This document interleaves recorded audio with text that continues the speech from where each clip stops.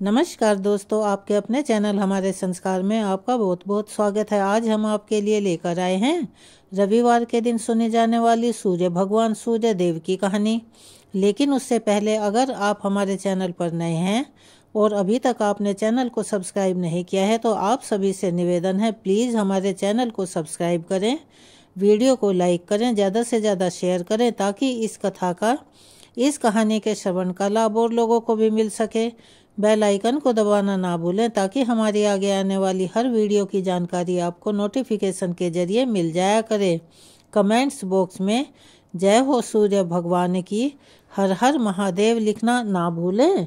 परम पिता परमेश्वर की कृपा आप सभी पर हमेशा बनी रहे। आपके ये छोटे छोटे से प्रयास हमारे लिए काफ़ी मददगार साबित होते हैं। जैसा कि सभी जानते हैं, रविवार का दिन सूर्य भगवान को समर्पित होता है और सूर्य भगवान की उपासना और व्रत करने से जीवन में सुख समृद्धि, धन संपत्ति और मान सम्मान में वृद्धि होती है। शत्रुओं से सुरक्षा के लिए भी रविवार का व्रत करना अति श्रेष्ठ माना गया है। रविवार का व्रत करने और कथा सुनने से मनुष्य की सभी मनोकामनाएं पूर्ण हो जाती हैं। मान सम्मान, धन, यश और उत्तम स्वास्थ्य भी मिलता है। सूर्य देव का व्रत 12 रविवार या 1 वर्ष या फिर 30 रविवार तक करना चाहिए। रविवार को सूर्योदय से पहले अपने बिस्तर से उठें, शौच और स्नान आदि से निवृत्त हों, स्वच्छ लाल रंग के वस्त्र पहनने चाहिए। इसके बाद घर के ही किसी पवित्र स्थान पर भगवान सूर्य की स्वर्ण या मिट्टी से बनाई गई मूर्ति या चित्र जो भी आपके पास उपलब्ध हो उसे स्थापित करें और फिर विधि विधान से गंध, धूप, दीप, पुष्प आदि के साथ भगवान सूर्य का पूजन करें। पूजन करने के बाद व्रत की कथा पढ़नी या सुननी चाहिए और दूसरों को भी सुनानी चाहिए और सबसे अंत में आरती अवश्य करें, क्योंकि आरती के बिना व्रत और कथा सुनना दोनों ही अधूरे माने जाते हैं। भगवान सूर्य देव का ध्यान करते हुए आप किसी भी मंत्र का जो आपको कंठस्थ हो या फिर किसी पुस्तक में देखकर उसका 5 माला, 3 माला या फिर 12 माला जाप कर सकते हैं। और अगर आपको कुछ भी याद ना हो या कोई मंत्र ना आपको आता हो तो एक साधारण सा मंत्र है, ओम घृणी सूर्याय नमः। इस मंत्र का जाप भी कर सकते हैं। जाप करने के बाद शुद्ध जल, रक्त, चंदन, अक्षत, लाल पुष्प और दूर्वा से सूर्य देवता को अर्घ्य दें। दिन भर व्रत रखने के बाद शाम को सूर्य के अस्त होने से पहले एक बार भगवान सूर्य की फिर से सुबह की तरह पूजा करें। उसके बाद शुद्ध सात्विक भोजन या फलाहार करना चाहिए। भोजन में गेहूं की रोटी, दलिया, दूध, दही, घी और चीनी खाई जाती है। ध्यान रखें, रविवार के दिन नमक का सेवन नहीं किया जाता। ऐसा माना जाता है कि सूर्य देव की आराधना करने से कुंडली के सभी दोष स्वतः ही दूर हो जाते हैं। कुंडली में सूर्य अगर मजबूत अवस्था में हो तो समाज में खूब मान सम्मान मिलता है और सुख समृद्धि में भी वृद्धि होती है। इसीलिए सूर्य देव की पूजा में व्रत की कथा पढ़ने का भी विशेष महत्व बताया गया है। तो चलिए अब हम आपको सुनाने जा रहे हैं रविवार के व्रत की कथा। आप सब खूब श्रद्धा और भक्ति भाव से सुने और विश्वास के साथ इस कथा का श्रवण करें और इस कथा को पूरा जरूर सुनिएगा, ऐसा हमारा अनुरोध है। प्राचीन समय में एक नगर में एक वृद्धा रहती थी। उसका यह नियम था कि वह हर रविवार को अपने घर के आंगन को गोबर से लीपा करती थी। उसके बाद ही भोजन तैयार करती थी और सूर्यदेव को भोग लगाती थी और फिर उसके बाद अपने आप भोजन करती थी। ऐसा व्रत करने से उसका घर अनेक प्रकार के धन धान्यों से, सुख समृद्धियों से परिपूर्ण था। सूर्य देव की कृपा से उसके घर में किसी प्रकार का कोई विघ्न या दुख भी नहीं था। सब प्रकार के घर में आनंद ही आनंद रहता था। इस प्रकार कुछ दिन बीत जाने पर उसकी एक पड़ोसन थी। वह उस बुढ़िया के पूजा पाठ और धर्म कर्म से बड़ी ईर्ष्या रखती थी और उसी पड़ोसन की एक गाय थी जो बाहर बंधा करती थी। उसी गाय के गोबर से वह वृद्धा रोज अपने आंगन को लीपती थी। एक दिन वह सोचने लगी कि वह वृद्धा सदा मेरी गाय का गोबर ले जाती है, इसीलिए उसने अपनी गाय को घर के अंदर बांधना शुरू कर दिया।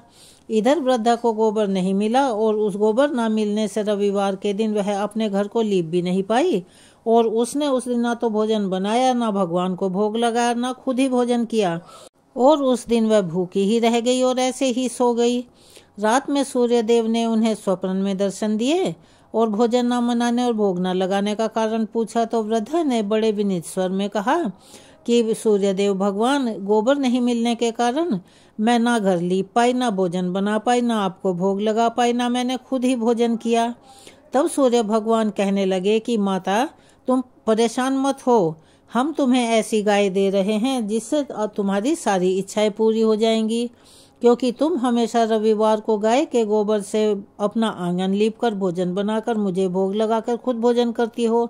इससे मैं तुमसे अति प्रसन्न हूँ और मैं तुम्हें वरदान देता हूँ, निर्धन को धन और बांझ स्त्रियों को पुत्र देकर दुखों को दूर करता हूँ।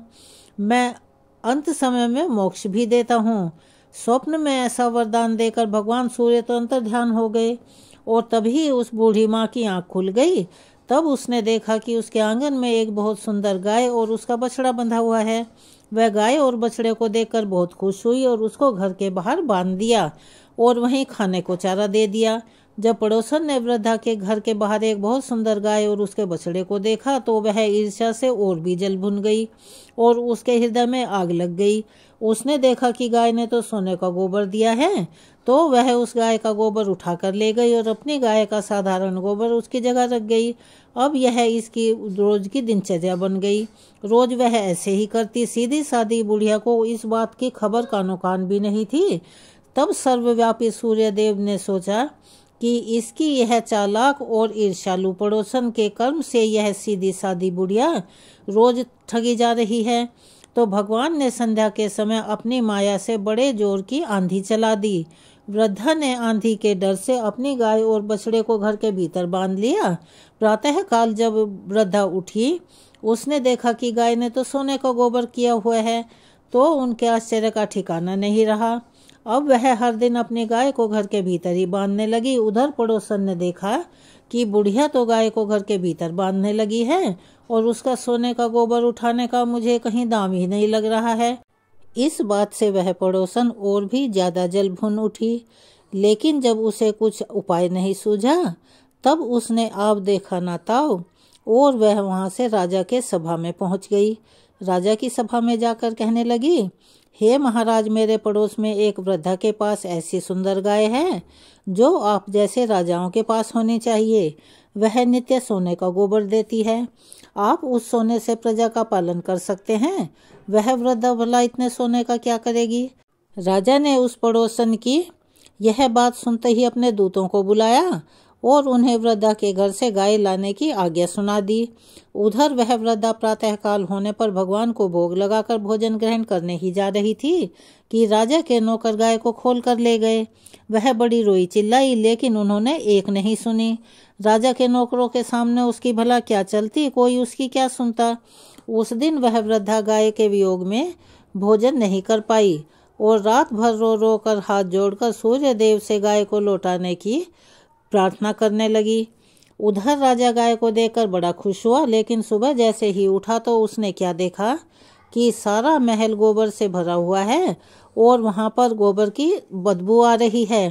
राजा यह देखकर घबरा गया। भगवान सूर्य ने रात में राजा को स्वप्न में दर्शन दिए और कहने लगे, हे राजन, यह गाय वृद्धा को लौटाने में ही तेरा भला है। उसके रविवार के व्रत से प्रसन्न होकर मैंने यह गाय उसे दी थी। अगर तू इस गाय को उस वृद्धा को वापस नहीं करेगा तो मैं तेरा राजपाट और सारा धन प्रजा सब नष्ट कर दूंगा। इससे घबराकर प्रातःकाल होते ही राजा ने वृद्धा को बुलाया और बहुत से धन के साथ सम्मान सहित गाय और बछड़ा लौटा दिया। साथ ही उसकी पड़ोसन को बुलाया और उसे उचित दंड दिया। इतना करने के बाद राजा के महल से गंदगी अपने आप दूर हो गई। उसी दिन से राजा ने नगरवासियों को आदेश दिया, यानी कि पूरे राज्य में ढिंडोरा पिटवा दिया और राज्य की और अपनी समस्त मनोकामनाओं की पूर्तियों के लिए सभी रविवार का व्रत रखा करें।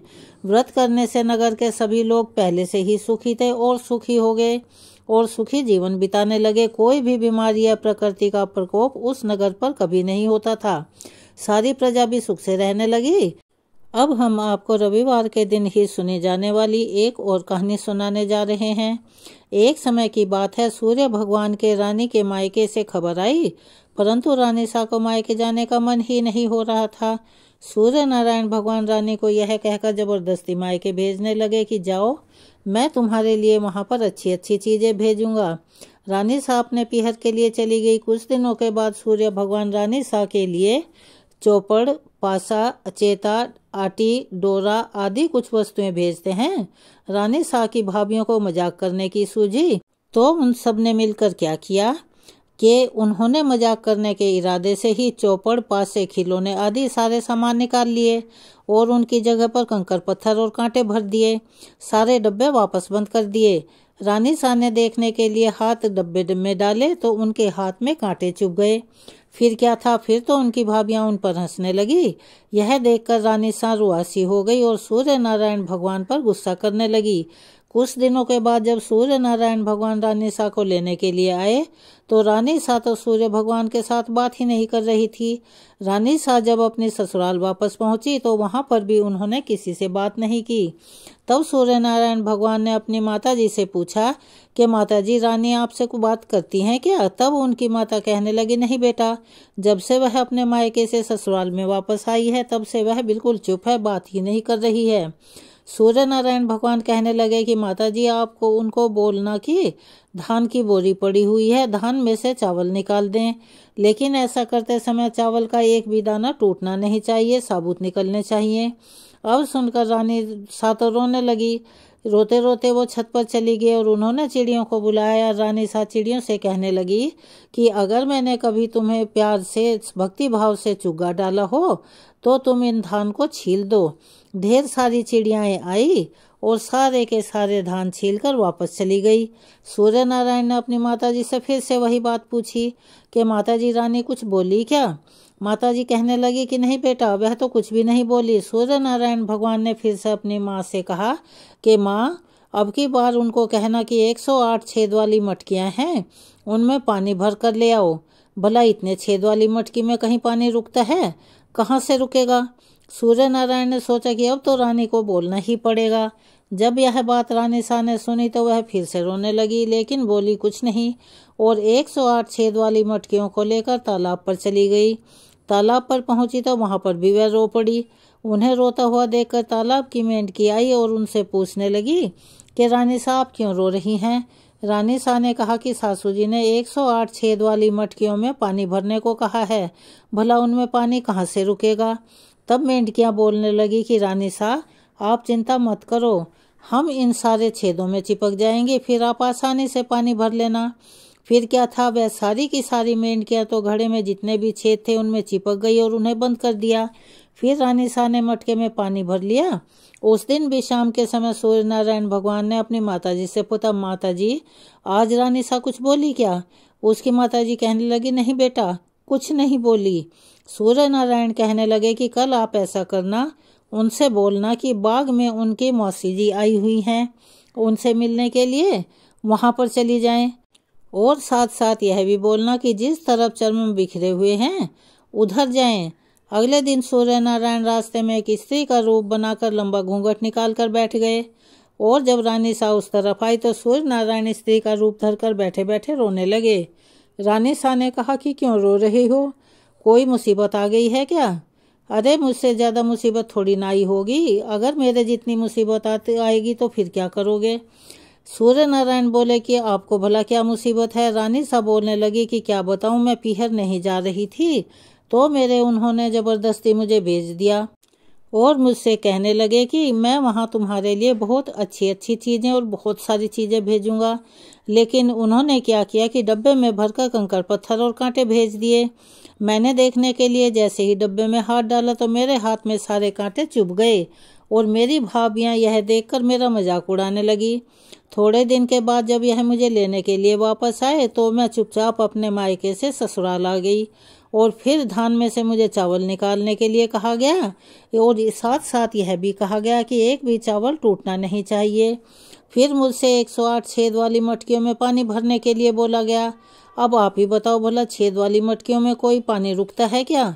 तब मेंढकियों ने मटके के अंदर चिपक गई और मैंने पानी भरा हुआ मटका लाकर रख दिया।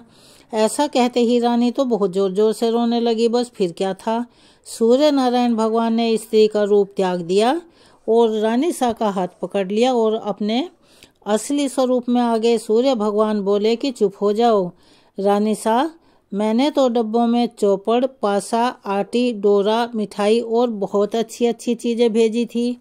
तुम्हारी भाभीियों ने तुम्हारे साथ मजाक करने के लिए बदल दी होंगी। मैंने मजाक नहीं की थी। यह बात अगर आप मुझे पहले ही बता देते तो इतनी परेशानियां नहीं झेलनी पड़ती। तब रानी सा को यह बात पता चली तो वह बहुत खुश हो गई और उसकी नाराजगी भी क्षण भर में दूर हो गई। यह 2 कहानियां रविवार के दिन सूर्य देव की आराधना व्रत में सुनी जाती हैं। आपको कैसी लगी कमेंट्स बॉक्स में अपनी राय अवश्य ही लिखें।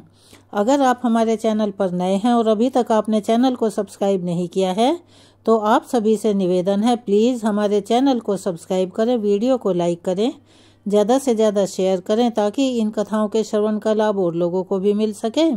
बेल आइकन को दबाना ना भूलें ताकि हमारी आगे आने वाली हर वीडियो की जानकारी आपको नोटिफिकेशन के जरिए मिल जाया करे।